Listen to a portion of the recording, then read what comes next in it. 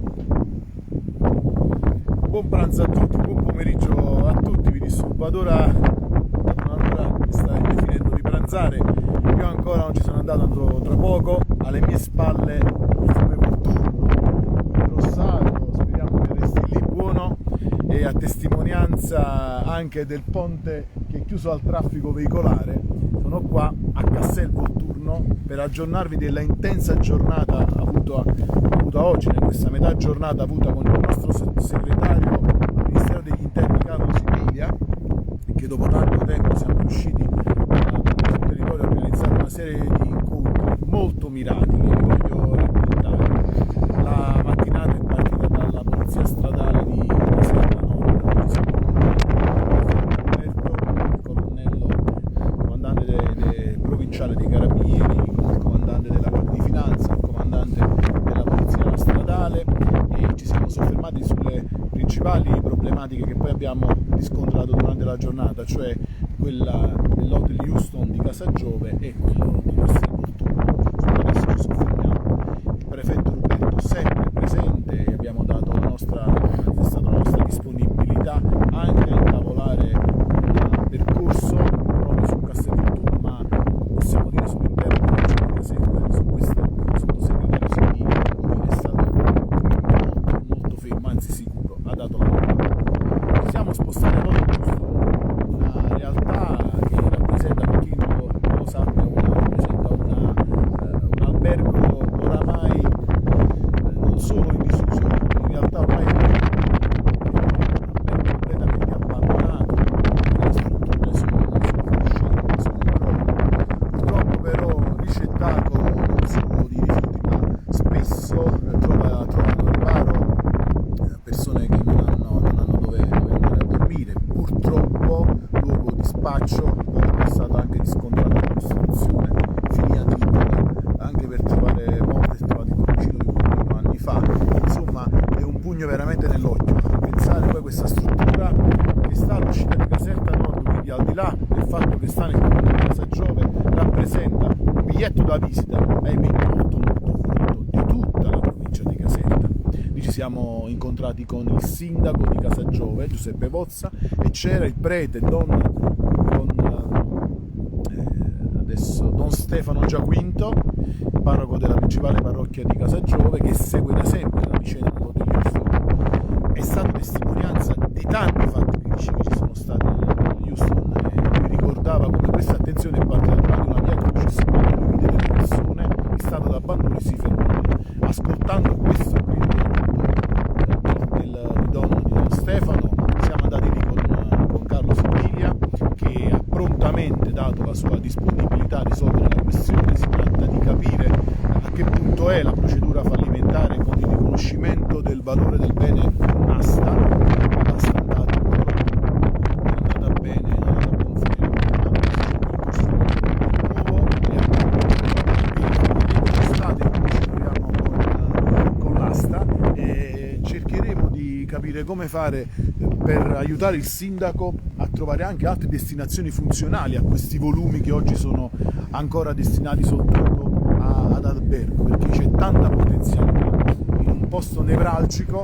Teniamo presente che si trova sulla strada statale Appia, e quindi è possibile sia, diceva sottosegretario Sibilia, seguire anche altri canali per destinazioni tipo sport, tipo interni, ovviamente affiancandoli alla struttura ricettiva che può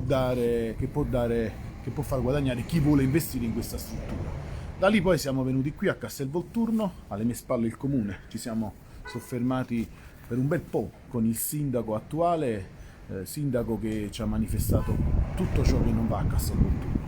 Il primo punto lo sappiamo qual è, il primo nodo cruciale è quello dell'immigrazione clandestina nel comune, stimata forse in unità pari alla popolazione attuale. Castelvolturno fa circa 27.000 abitanti, si stimano che ce ne siano altri 25.000 del tutto clandestini.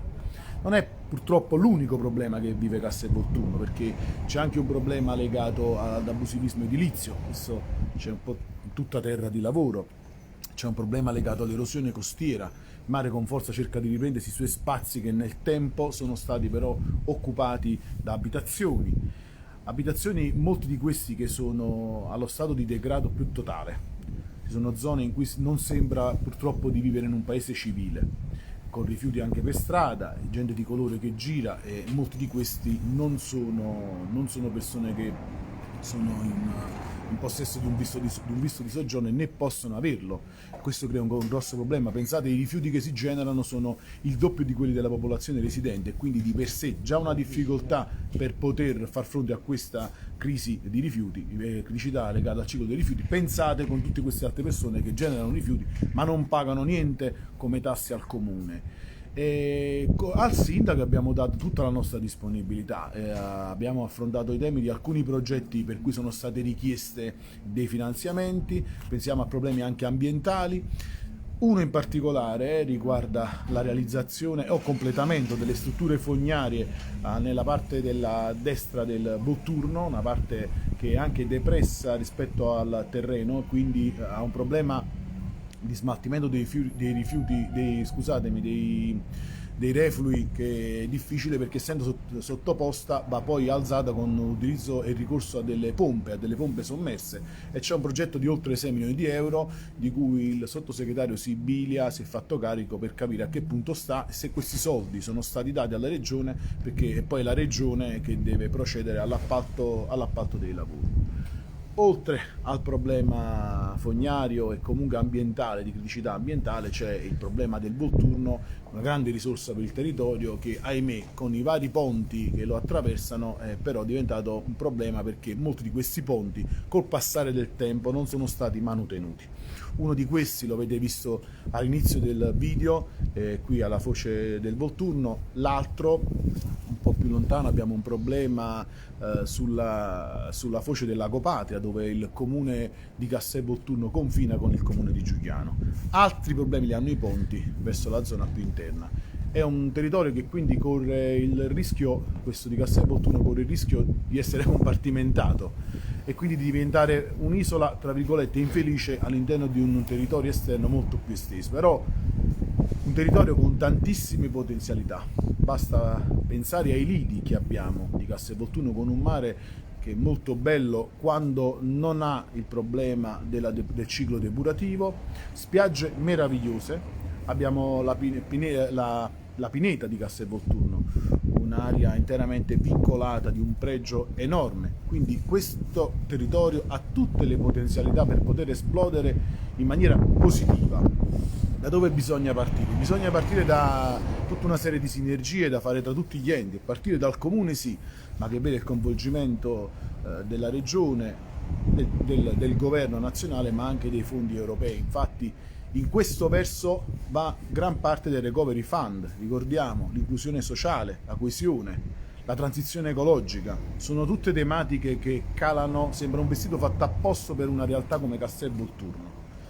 Noi come parlamentari ci siamo, io non ho mai abbandonato questo territorio, ci vengo da quando ero ragazzino, ci torno tutte le estati a godermi delle bellezze di Castelvolturno, a testimoniare come questo territorio con le sue enormi potenzialità può uscire da questa palude sociale che si è creata e che in realtà tante persone stanno lottando e oggi con ancora più consapevolezza e forza lottano, e sta a noi ascoltarle e darle una mano per farle uscire da questa mediocrità territoriale che può diventare invece un'eccellenza assoluta. Seguitemi, io vi aggiornerò anche sulle richieste che mi sono state fatte dal sindaco. L'ultimo passaggio l'abbiamo fatto anche nel magazine Informare, che è un magazine molto noto di zona che informa su tutte quelle che sono le questioni locali. Anche lì ci siamo detti disponibili a dare risposte al territorio. Quindi noi siamo preposti non solo all'ascolto, ma a dare risposte.